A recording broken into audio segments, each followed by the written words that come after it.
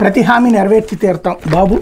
ఇప్పటికే mega DSC వేశాం. డిసెంబర్లో పరీక్షలు వెంటనే భర్తీ. పింఛన్ 4000కు పెంచాం. దీపావళి నుంచి ఉచిత గ్యాస్ సిలిండర్లు 175 అన్న క్యాంటీన్లు పెట్టాం. పేదల జీవితాల్లో వెలిగే నా సంకల్పం. కర్నూలు జిల్లా పుచ్చకాయల మడ గ్రామంలో తలారి గంగమ్మకి పింఛన్ అందజేస్తున్నటువంటి చంద్రబాబు వార్తని ఇక్కడ హైలైట్ చేశారు. రాష్ట్రాన్ని పునర్నిర్మిస్తున్న జగన్ పాలనలో విధ్వంసం. 5 ఏళ్లలో 10 లక్షల కోట్ల అప్పు, దానికి వడ్డీ 1 లక్ష కోట్లు అవుతుంది.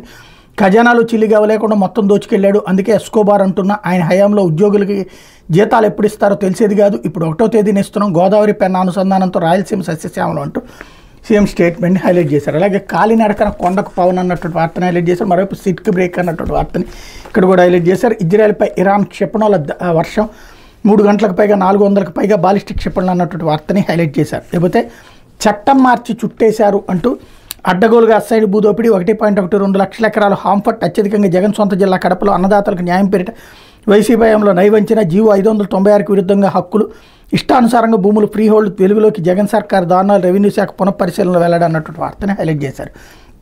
లేకపోతే ఇళ్లపై పెనుభారం అంటూ 8113 కోట్లతో గృహ వినియోగదారులపై భారం 2191 కోట్లు. 2022 సెప్టెంబర్లో ఈఆర్సీకి డిస్కమ్ నివేదిక. కరోనాపేట నాడు అధిక ధరకు విద్యుత్ కొనుగోలు వద్దన్న నాడు పీపీఎల్ రద్దు. హైకోర్టు మొట్టికాయలు.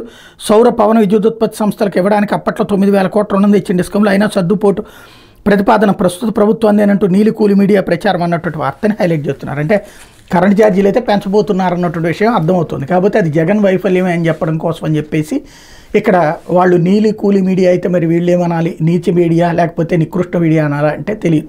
ఎదుటి మీడియాని మీద మాత్రం దుర్భాషలాడుతూ తమ మీడియా కరెక్ట్ అని చెప్పుకునేటటువంటి ప్రయత్నంలో బూతులు మాట్లాడుకోవడం లేకపోతే దుర్భాషలాడటం అన్నటువంటిది అలవాటైపోయింది. అందులో భాగంగా ఇది నడుస్తున్నటువంటి పరిస్థితి.